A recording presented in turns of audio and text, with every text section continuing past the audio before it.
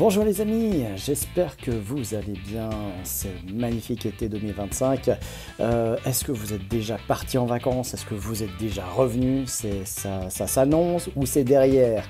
Et la question du jour, eh bien cet échange qu'on va avoir dans ce café d'hypnose, c'est comment c'est pour vous les départs et le retour?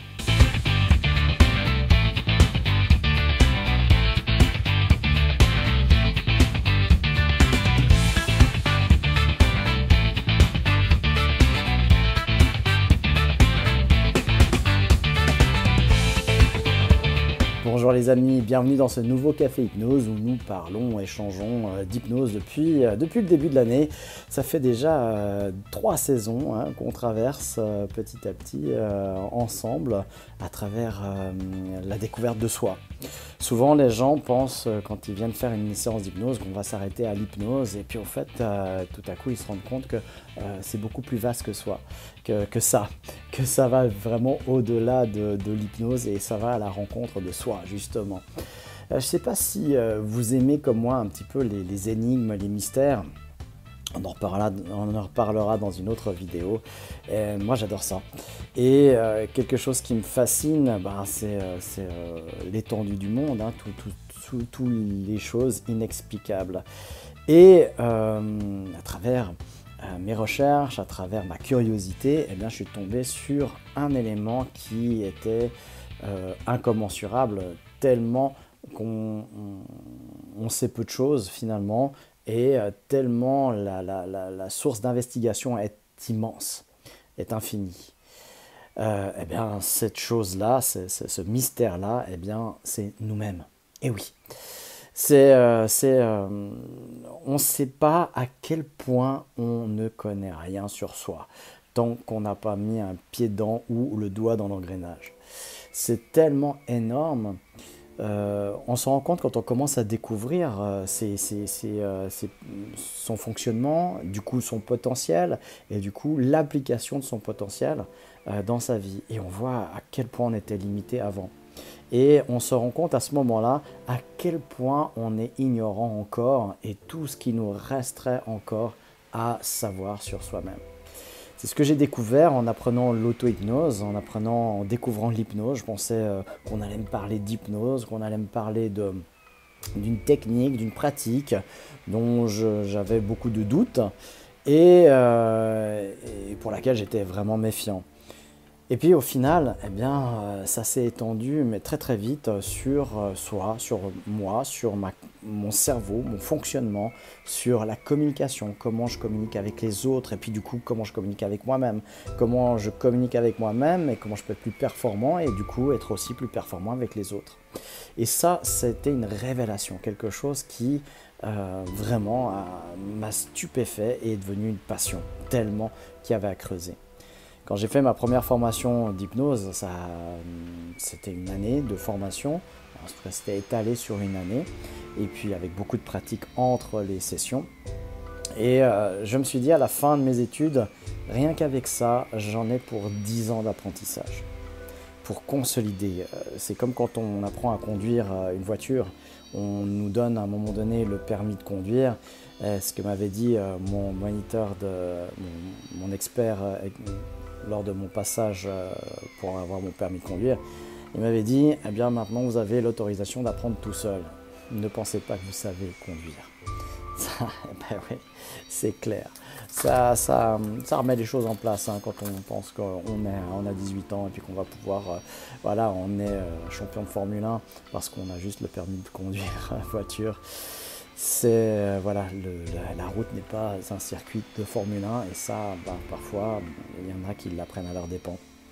Et très vite, j'ai vu que effectivement, j'avais beaucoup encore à apprendre en conduisant une voiture et que je ne savais pas conduire malgré l'autorisation de conduire seul. J'avais l'autorisation d'apprendre seul, de continuer à apprendre. C'est ça en fait, tout ce qu'on peut découvrir dans le sujet de l'hypnose. Et c'est ce qui nous a nous amène à échanger depuis le début de l'année de manière hebdomadaire, 2 fois par semaine même, plus un échange les mardis comme aujourd'hui, et puis plus une pratique ou une expérience dans l'expérience des jeudis. Et ça, c'est quelque chose à laquelle j'attache énormément d'importance. C'est-à-dire que c'est bien la théorie, c'est beau et tout ça, c'est bien, mais si elle ne nous permet pas de faire quelque chose, de passer à l'action, moi, je la mets tout de suite à la poubelle. Ça ne me sert à rien et ça ne m'intéresse pas.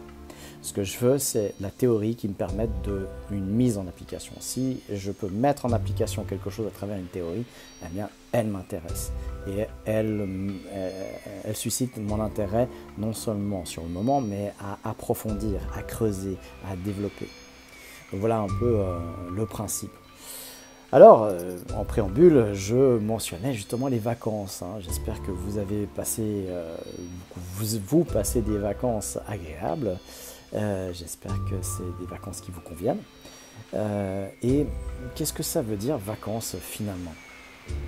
Parce que souvent, il y a tout un état de stress quand on va à partir, quand il y a des préparatifs ou quand quand il faut y aller, quand ça devient concret. Ou des fois pour d'autres personnes en amont, à l'organisation et tout ça. Et puis après, quand on revient, eh bien, tout un moment aussi de digestion. Un moment de down où on est un petit peu déphasé, il faut reprendre son quotidien, il faut reprendre les petites routines, peut-être adaptées, peut-être pas adaptées, qui nous conviennent ou qui ne nous conviennent pas. Et c'est la reprise, comme on dit, et la reprise de quoi? Et c'est ça qui est intéressant. Alors justement, l'hypnose nous permet de nous questionner, de nous rendre plus performants, et j'aime pas trop ce mot performance, parce que souvent on l'attribue qu'à la compétition ou à quelque chose qui est dans le fait de gagner, de se battre, et c'est pas le sens que j'aimerais y apporter. Performance, c'est d'avoir plus de quelque chose. Et quelque chose, ce serait quoi ici? Eh bien, dans mon langage, dans ce prisme, dans ce contexte de l'outil de l'hypnose, eh bien, c'est plus de joie, plus dans l'absolu même de bonheur. C'est plus de ce qu'on veut, ce qui est en phase avec soi-même. Donc, je crois, peut-être que je me trompe, que toute personne vivante a envie ou besoin ou souhaiterait être heureuse. Mais peut-être que je me trompe. Je ne sais pas. En tout cas, faites-moi part de vos aspirations les plus profondes et les plus absolues dans vos commentaires, ça m'intéresserait. Surtout si ça n'a rien à voir avec le bonheur. Mais je pense que toute personne œuvre dans sa vie pour être heureuse. Et chaque bonheur n'est pas identique. C'est-à-dire que mon bonheur, ma façon d'être heureux n'est pas votre façon d'être heureux. Et donc, voilà, tout ça c'est bien. Mais donc du coup, il faut déjà savoir qu'est-ce que le bonheur pour soi, qu'est-ce qui le compose, et puis comment le générer dans sa vie. Ça c'est pas mal quand on se pose ces questions-là, parce qu'on a plus de chances de l'obtenir que juste de naviguer au petit bonheur la chance. Donc c'est ces questions-là existentielles qu'on ne se pose pas assez de manière naturelle dans notre vie parce qu'on ne nous l'a jamais appris. Ce n'est pas à l'école qu'on va apprendre ces choses-là, en tout cas pas à l'école obligatoire. Dans certaines écoles, oui. Évidemment, une école d'hypnose, une école de coaching, une école peut-être de vie. Là, on va se poser ce genre de questions-là. Et c'est important parce que notre temps sur Terre est limité. Et ça, peut-être aussi, il faudrait en prendre conscience le plus tôt possible, afin de pouvoir en tirer le plus de profit possible. Là aussi, quand on parle de profit, c'est comme de performance. On va se dire le profit, c'est au détriment des autres, ou alors c'est de l'argent, ou c'est du gain de je sais pas quoi. Oui, oui, il y a une définition comme ça, mais il y en a une autre qui est juste de profiter, c'est-à-dire d'avoir le maximum de ce qu'on aimerait avoir. C'est de remplir ce temps-là du maximum de ce qu'on aimerait le remplir. Et c'est ça qui nous rendrait heureux, finalement. Et c'est quoi ce ça pour vous? Alors les vacances, c'est pareil. Les vacances, ben, on a défini, on s'est préparé. C'est un petit peu le microcosme de la vie, en fait, les vacances. Euh, bon, déjà, si on était vraiment heureux dans notre vie, on n'aurait pas besoin de vacances, déjà, peut-être. C'est une idée, un concept à creuser. Le changement fait toujours du bien, c'est-à-dire sortir de son contexte, même si on est heureux, et puis d'aller à la rencontre d'autres contextes, d'autres expériences. Ça peut être des lieux de vie différents, des paysages, ça peut être des cultures, des personnes, ça peut être, voilà, quel que soit ce que c'est pour vous, eh bien, c'est intéressant de sortir d'un contexte pour aller s'immerger dans un autre pendant un certain temps. Appelons ça des vacances, pour autant que ça nous ressource. Hein, une activité ressourçante, comme on peut la définir, eh bien, c'est qu'elle nous donne, on ressort avec plus d'énergie que quand on y était rentré. Voilà une activité ressourçante. Eh bien, les vacances, ça devrait être pareil. Si on revient de vacances plus fatigué que quand on était parti, bah, elles sont pas très utiles. Encore que, sortir de son contexte, sortir de son guidon de la vie, et puis de voir d'autres choses, eh bien, va nous nourrir d'une autre manière. Elle va peut-être nous fatiguer physiquement, mais elle va nous nourrir moralement. Ça dépend des expériences, évidemment. Donc, dans tout ça, c'est déjà définir ce qu'on a envie dans les vacances. Combien de personnes s'obligent à faire des choses en fonction de la société, en fonction de leur environnement, que ce soit familial, que ce soit amical, social, que ce soit voilà, plein d'environnements différents et qui enlèvent leur choix, leur souveraineté de choix. Et ça, bah, c'est important d'en prendre conscience. Est-ce que ce que je fais dans mes vacances m'apporte réellement, fait partie vraiment de mon souhait, de mon désir? On peut aussi, voilà, par exemple, je prends un exemple, si je pars en vacances, mais pas pour moi, mais pour faire plaisir à des proches. Mon objectif, c'est faire plaisir à mes proches. Et du coup, ils ont du plaisir et s'ils sont heureux, eh bien je suis heureux. Ça peut être un objectif et on peut se satisfaire de ça. Ça peut être bien, pour autant qu'on l'ait défini, que ce soit en conscience. Si c'est pas en conscience, eh bien on risque de justement de s'oublier, de ne pas mettre les choses, les niveaux d'importance au bon niveau, à la bonne place. Et ça, c'est vraiment important. Ce que je disais en préambule, c'est comment vous vous préparez à partir en vacances. Est-ce que c'est un niveau de stress ou est-ce que c'est agréable et puis, comment on revient? Eh bien, tout ça, ça fait partie du mindset. C'est ce qu'on apprend justement dans le cours de coaching mental. C'est ce qu'on apprend un petit peu plus indirectement dans le cours d'auto-hypnose. Eh bien, c'est ces notions-là de connaissance de soi, de comment augmenter ses performances, c'est-à-dire enlever du stress si on a envie d'enlever du stress. C'est d'être aux commandes au fait de la machine. Est-ce que vous aimez être stressé? Si vous aimez ça, parfait, très bien. Il y a peut-être des personnes qui aiment avoir des coups d'adrénaline comme ça, de se faire peur, d'être stressé.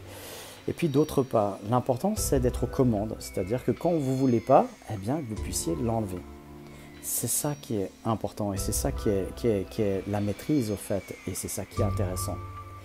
Et l'outil de l'hypnose, avec une vision plus large avec le coaching mental, permet d'être au contrôle de la machine, justement. D'être là où vous voulez aller, d'être là où vous voulez être, d'aller là où vous voulez aller, de générer à l'intérieur de vous ce que vous voulez générer. Et puis d'effacer, d'estomper, de traverser ce dont vous n'avez pas envie, justement. Voilà, on apprend à travers cette connaissance de soi à gérer des moments de stress comme partir en voyage. Il y a plein de gens que je rencontre régulièrement au cabinet, en séance, qui ne partent plus en vacances parce que c'est un générateur de stress trop important. Mais c'est pas un choix, c'est ça le problème. c'est qu'ils ne veulent plus y aller parce que c'est trop douloureux. C'est plus douloureux de partir que d'y être. Et donc du coup, on s'enlève. Mais si c'était pas douloureux, ils auraient vraiment le désir d'y aller, de partir en vacances. Et c'est là où justement, on n'est plus maître de sa vie, on n'est plus maître de soi. C'est quand on veut faire quelque chose et qu'on n'y arrive pas, qu'il y a quelque chose à l'intérieur de soi qui nous en empêche. Eh bien, sachez que par la connaissance de soi, on peut se libérer de ça et reprendre sa souveraineté dans sa vie, c'est-à-dire de pouvoir faire ce dont on a envie de faire. Et c'est ça quelque part que j'appelle performance, c'est-à-dire qu'on est plus aligné dans sa vie, dans les résultats qu'on souhaite avoir, c'est-à-dire pouvoir profiter de vacances et donc partir librement. Moi, je suis un certain stress à partir en vacances, oui.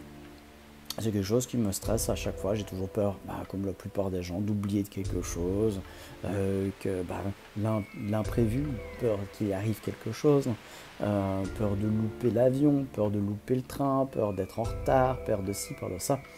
Mais ces peurs-là, à la base, elles ne sont pas nommées.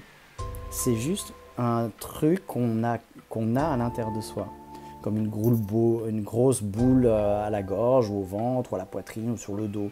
Ça dépend où les gens le situent, ça dépend des gens. Il y en a, ça sera plus dans le ventre, plus dans la gorge, ou dans la tête. Et ça, c'est égal. Il y a toujours une sensation physique. Et cette sensation physique, eh bien, elle est parfois très très douloureuse. Elle nous empêche d'avancer, elle nous empêche de voir clair, elle nous empêche de communiquer avec les autres, mais aussi avec soi. Elle nous empêche d'être alignés avec ce dont on aimerait avoir, ce dont on aimerait vivre. Et puis, tant que c'est pas nommé, tant que c'est pas affronté, c'est le cours sur les peurs que je suis en train de faire, traverser les peurs, tant qu'on ne rend pas l'inconnu connu, eh bien la peur reste. Donc du coup, c'est identifier des peurs, les mettre sous le tapis, dire non, ça va bien, tout va bien, tout va bien, tout va bien. Eh bien, à un moment donné, ça fait un gros tas sous le tapis, on se prend les pieds dedans et on se vautre. Non, l'inconscient, lui, il gère tout notre corps, rappelez-vous. Donc s'il a peur, c'est qu'il a quelque chose à revendiquer. Et si vous ne l'écoutez pas, eh bien, il va passer le message plus fort et de manière plus importante. Peut-être même d'aller, là on est les peurs, on est sur les émotions, rappelez-vous les 4 niveaux de langage de l'inconscient, les émotions. Donc la peur est une émotion, si on ne l'écoute pas, il peut passer aux douleurs, et si on ne l'écoute pas, il peut passer aux accidents, aux actes manqués, et si on ne l'écoute pas, il peut passer à la maladie, pour pas faire quelque chose. Alors moi je me souviens je sais pas quel âge, je pense j'avais 5 ans, 4 ans, 5 ans par là, entre 4 et 5 ans. Et je devais faire ma première course d'école. Alors l'école enfantine, on était vraiment tout petits. Et je ne savais pas ce que c'était une course d'école. Et personne ne m'avait expliqué. Et en tant qu'adulte, on ne pense pas forcément à expliquer à un enfant ce qu'est une course école. C'est tellement évident. Normal. Alors on avait à l'école, peint des assiettes en carton. On avait fait des trous, puis on avait mis un élastique et on avait fait des masques avec des petites oreilles de lapin. Comme ça, on était tout chou. Et on allait, pendant cette course d'école, et je m'en souviens très très bien, on allait juste dans un parc, c'était une course d'école à 4-5 ans, on allait juste dans un parc à côté de l'école, un truc un tout petit peu plus loin, mais vraiment un truc tout petit et tout bête. Et on allait juste donner la main, et puis avec ces masques à faire en assiette de carton, et on allait juste se promener comme ça, ailleurs que dans l'école. Mais personne ne m'avait expliqué, c'était course d'école. Et là, ça veut dire partir. Ça veut dire, et ça a enclenché plein de choses à l'intérieur de moi. Des gros points d'interrogation, des très gros points d'interrogation. Et là, eh bien, il y a eu la peur non manifestée, non exprimée, qui s'est installée. Ça a passé la douleur, ça a passé l'accident, l'acte manqué, je suis tout petit, donc il n'y en a pas, ça passe la grippe, direct. Et en une nuit, eh bien, je suis passé à 42 fièvres. Le lendemain matin, évidemment, je ne pouvais pas aller à la course d'école. Quand la course d'école était finie, vers 4 heures l'après-midi, j'avais plus rien. La fièvre était retombée et plus rien du tout. Le corps avait manifesté vraiment ma peur. Il l'avait cristallisé, il l'avait exprimé puisque je ne pouvais pas l'exprimer d'une autre manière. Et puis quand je suis retourné à l'école, et puis avec les autres petits camarades, le lendemain, eh ben, tout le monde m'a raconté ce que c'était, qu'est-ce qu'ils avaient fait, et puis c'est là que j'avais compris que c'était rien du tout en fait. Et du coup, voilà, ça s'est plus manifesté depuis ce jour-là, parce qu'il y a eu mon inconscient qui a été rassuré par ce que mes camarades m'avaient raconté de l'expérience. Et ça, ben, on l'a tous à quelque part vécu de manière presque similaire pour beaucoup d'enfants. En partant à un camp de ski, tout à coup, boum, monstre malade juste avant de partir et on ne peut pas y aller. Ou alors, eh bien, au travail, il y a un gros événement, quelque chose et on tombe malade. Pour d'autres, c'est le moment des vacances. Tomber malade justement pendant les vacances.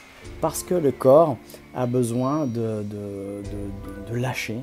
Et on le fait tenir, on le fait tenir, on le fait tenir, on le fait tenir, on le fait tenir comme ça jusqu'au bout. Et on sait qu'on a une échéance. Et l'inconscient, il se dit juste, c'est bon, on va aller jusqu'à cette échéance. Et au moment où il y a l'échéance qui arrive, eh bien, boum, tout le système immunitaire s'effondre. Parce que vous avez tenu. Ça, c'est très très régulier, c'est le coup classique. Donc pour ça, eh bien, il faut s'écouter encore une fois. Si vous ne comprenez pas ça, si vous forcez votre inconscient à se dépasser, à aller plus loin que ses capacités, à un moment donné, il vous le fera payer. Il a besoin de récupérer. Alors voilà, et puis après, ben, il y a les retours. Le retour aussi peut être compliqué parce que quand on vit en amoureux ou en famille ou on vit des expériences extraordinaires, quand on revient, il y a comme un décalage entre notre vie, entre ce qu'on a vécu et il faut se remettre dedans et c'est pas toujours évident parce qu'on n'a pas toujours envie. Et c'est ça. Et là, il y a souvent une phase de deuil à vivre. Et le deuil, c'est cette phase, on en parlera, mais voilà, il y a ces 7 phases qu'il faut traverser après des fois des vacances, et oui, et oui. Et plus on est dans le déni, plus on est dans le refus, plus ça s'installe durablement et profondément, c'est-à-dire plus c'est intense aussi. Alors voilà, voilà ce qu'on pourrait dire là-dessus. Alors, encore une fois, ce qu'il y a à retenir aujourd'hui, c'est plus on se connaît, plus on peut se maîtriser, plus on peut être heureux puisqu'on peut générer des choses dans sa vie dont on a envie. Donc pour ça, il y a différentes portes d'accès au Centre Aura. On a le cours de coaching mental, on a en présentiel ou en ligne, on a le livre, voilà, c'est 400 pages à peu près, un peu moins de 400 pages pour se découvrir. C'est le premier tome, le deuxième tome est en cours d'écriture. Il y a le cours d'auto-hypnose. Alors, je prends mon agenda parce que j'ai toujours un problème dans les dates. Le 6 et 7 septembre, on reprend le cours d'auto-hypnose niveau 1. Donc voilà. Alors, on se retrouve jeudi pour une expérience hypnotique vacances. À bientôt.